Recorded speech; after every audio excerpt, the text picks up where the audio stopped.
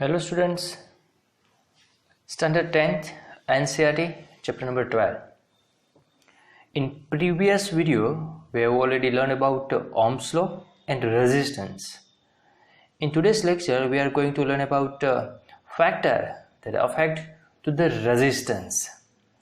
मेरे पास एक सपोज एक मेटालिक रॉड है, यह है एक मेटालिक रॉड. अगर इसकी लेंथ बढ़ जाए तो क्या उसका रेजिस्टेंस है वो बढ़ेगा, वो हमें चेक करना है. तो उसके लिए हम एक कंडीशन है वो ले रहे हैं. सपोज मेरे पास एक मेटालिक रॉड है या फिर एक मेटालिक क्यूब है, मानो एक क्यूब है. इसकी लेंथ है वो है L और उसका क्रॉस सेक्शन एरिया, ये जो एरिया है वो है cross section area. Cross section area किसको कहते हैं? लेंथ है उसके परपेंडिकुलर आप इसको कट करो तो आपको जो नजर आता है क्या है, एक सर्कल. ये जो एरिया हुआ वो हुआ एक क्रॉस सेक्शन एरिया. तो उसका क्रॉस सेक्शन एरिया है जहां से इलेक्ट्रॉन को पास होना है, जाना है, उसको कहते हैं क्रॉस सेक्शन एरिया. ओके, तो ये है इसकी लेंथ. इस लेंथ के दो एंड जो है, इस क्यूब के दो जो एंड है उसके बीच का जो पोटेंशियल डिफरेंस है वो है सपोज V. हम ऐसी तीन कंडीशन लेने वाले हैं. That's why for first condition we have noted the potential as V1, current passing through this metallic cube is I1 and resistance of cross section area A and length L that is R1. तो पहले हम वो note कर लेते हैं. Okay, तो अब मैं इसकी लेंथ है वो डबल कर रहा हूं. पहले तो याद रखना पोटेंशियल डिफरेंस किसके बीच का था. पोटेंशियल डिफरेंस दो पॉइंट के बीच का होता है और अभी जो दो पॉइंट है मेरे, यहां से लेके यहां तक के दो पॉइंट है. जो दो पॉइंट के बीच का डिस्टेंस है वो L ही है. अगर इस मेटालिक क्यूब के पीछे एक और सेम ऐसा ही एक मेटालिक क्यूब है मैं कनेक्ट कर दूं तो क्या होगा, सेम ऐसा ही एक और मेटालिक क्यूब है हम कनेक्ट कर रहे हैं, तो इसके बीच का पोटेंशियल डिफरेंस और इसके बीच का पोटेंशियल डिफरेंस दोनों क्या हो गए, सेम. तो अगर आप यहां पे ओम्स लॉ अप्लाई करो तो आपको क्या मिलेगा, V2 is equal to I2R2. लेकिन जो करंट पहले में से पास हो रहा था वही करंट तो यहां पे पास होगा, क्योंकि दोनों कैसे कनेक्शन में, series connection, line by line. जो करंट फर्स्ट में से पास होगा वही तो सेकंड में से पास होगा. इसके लिए I2 की जगह पे मैं लिख रहा हूं I1. But what is potential for this two end? As we know that potential difference for length L is equal to V1. तो ये तो लेंथ क्या हो गई, डबल.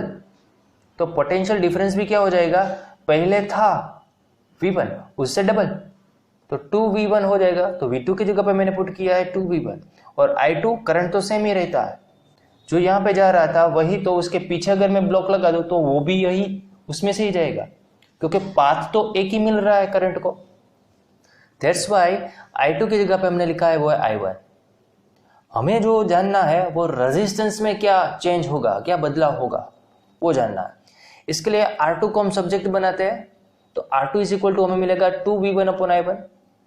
लेकिन V1 by I1 is equal to क्या है, V1 by I1 is equal to तो हम R1 लिख सकते हैं, तो इज इक्वल टू R1. इससे हमें क्या पता चला, हमने लेंथ डबल कर दी, हमने लेंथ है वो डबल की, तो रेजिस्टेंस भी क्या हो गया, डबल. ओके, बस. तो फर्स्ट जो डिपेंडेंसी है, किस पे डिपेंड करता है फैक्टर, वो है लेंथ. तो पहले तो वो नोट कर लेते हैं.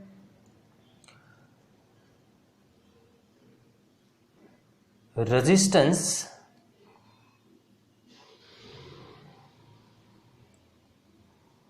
of a conductor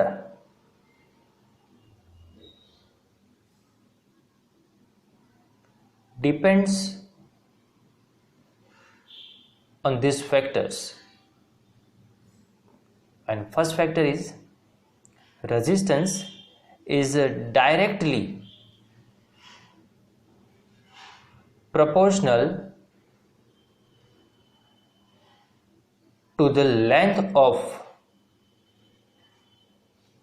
conductor.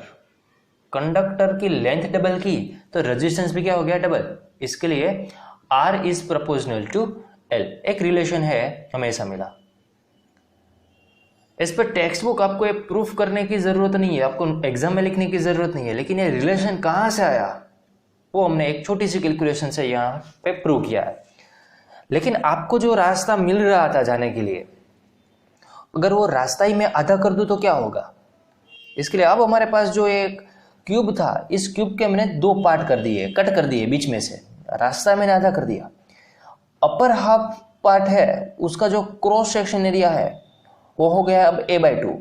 जो लोअर हाफ पार्ट है उसका जो क्रॉस सेक्शन एरिया है अब वो भी हो गया a/2। Total cross section area था वो पहले कितना था? a जितना था। लेंथ तो हमारी वही है। तो इसके लिए अगर मैं एक हाफ पार्ट के लिए अगर मैं ओम्स लॉ अप्लाई करूं तो मुझे क्या होगा? एक हाफ पार्ट के लिए तो V3 is equal to I3R3। Okay, लेकिन पोटेंशियल तो मेरा वही रहने वाला है क्योंकि मेरी लेंथ जो पहले थी वही लेंथ है। दैट्स वाई V3 की जगह पे हम क्या लिखेंगे? V1। But what about current? You know that current is flow of charge. लेकिन चार्ज को फ्लो होने के लिए रास्ता आधा मिल गया।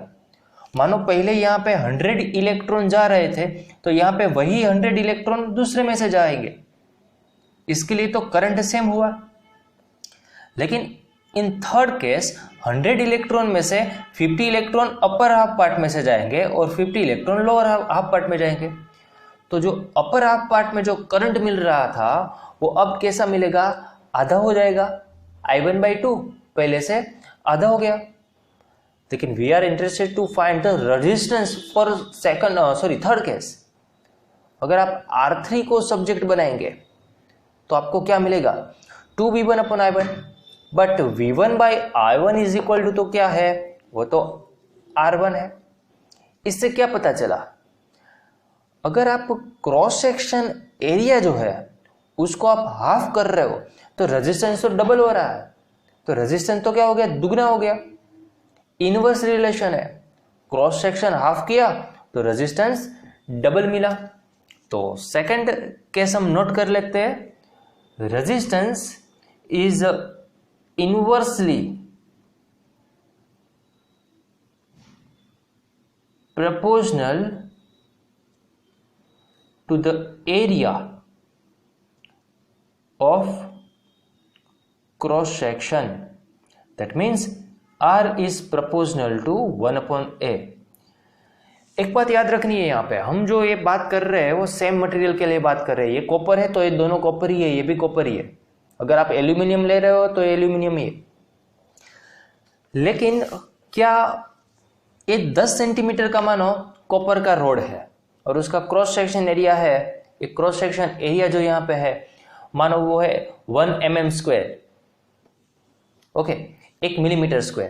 तो दूसरा फिर मेरे पास एक रोड है, ये जो रोड है वो सपोज एल्यूमिनियम का है, ये रोड रेड रोड है वो एल्यूमिनियम का है। तो क्या दोनों के रेजिस्टेंस सेम होंगे? सेम लेंथ है, सेम क्रॉस सेक्शन एरिया है, तो क्या दोनों के रेजिस्टेंस सेम होंगे? Then your answer is no. Why? Because resistance है क्या? हमने ओम्स लॉ में देखा था रेजिस्टेंस। ओम्स लॉ में बाद में हमने रेजिस्टेंस की जब डिस्कशन की थी तब हमें पता है resistance means property of conductor to resist the flow of charge. Charge को जो फ्लो होने की जो उसके जो रेजिस्ट करने की जो प्रॉपर्टी है वही तो है हमारा resistance.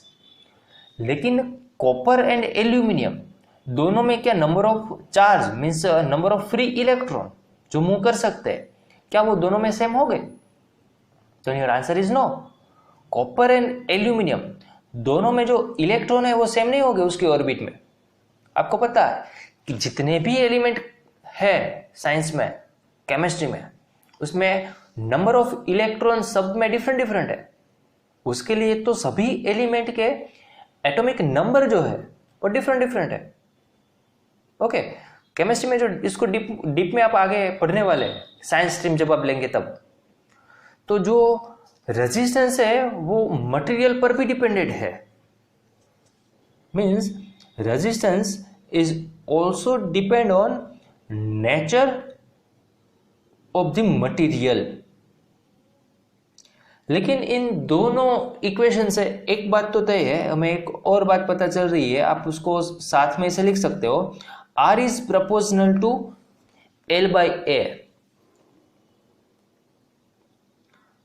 Means R is equal to rho L by A। एक प्रोपोर्शनलिटी कांस्टेंट है, वो हमने इंसर्ट किया है। जो रो है वो क्या है, proportionality constant, and it is called resistivity. It is called resistivity. तो यहां पे आपको एक और क्वेश्चन होगा, सर व्हाट इज रेजिस्टिविटी। तो अब हम देखते हैं रेजिस्टिविटी है क्या।